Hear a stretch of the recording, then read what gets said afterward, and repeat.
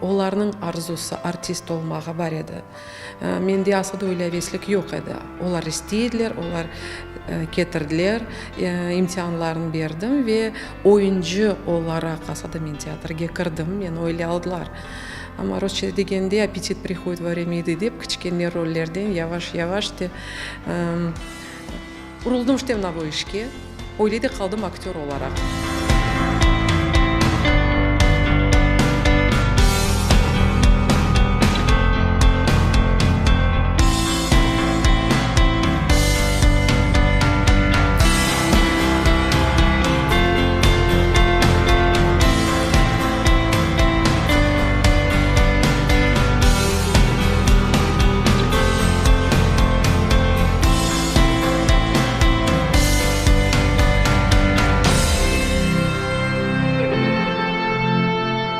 Әрбір артист персонажына өз чизгілеріні бағышлай бетті. Мен өзімден айры инсанны яратып оламайым.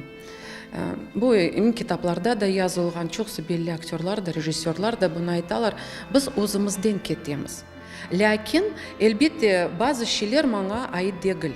Кімден де бір вақыт бір шейіні көргенім, бір ерде ешіткенім, китапта оқығаным. Бек-бегенсем китапта оқыған бір инсан ақында оның табиятының чизгілеріні әлбетте мен ақылымда қалдырам ве істейім базы бір роллерімде мына бұны көстермеге.